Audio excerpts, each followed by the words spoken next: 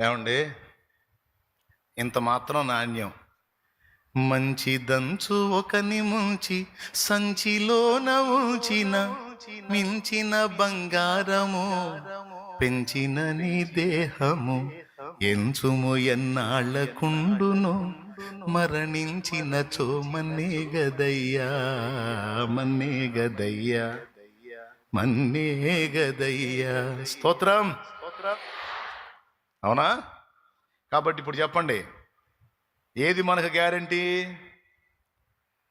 డబ్బు గ్యారంటీయా? బలం గ్యారంటీయా? వెండి గ్యారంటీయా? బంగారం గ్యారంటీయా? భోగాలు గ్యారంటీయా? మన ఎత్తు, పొడుగు, మన బాడీలో ఉన్నటువంటి ఫిట్నెస్ మన గ్యారంటీయా?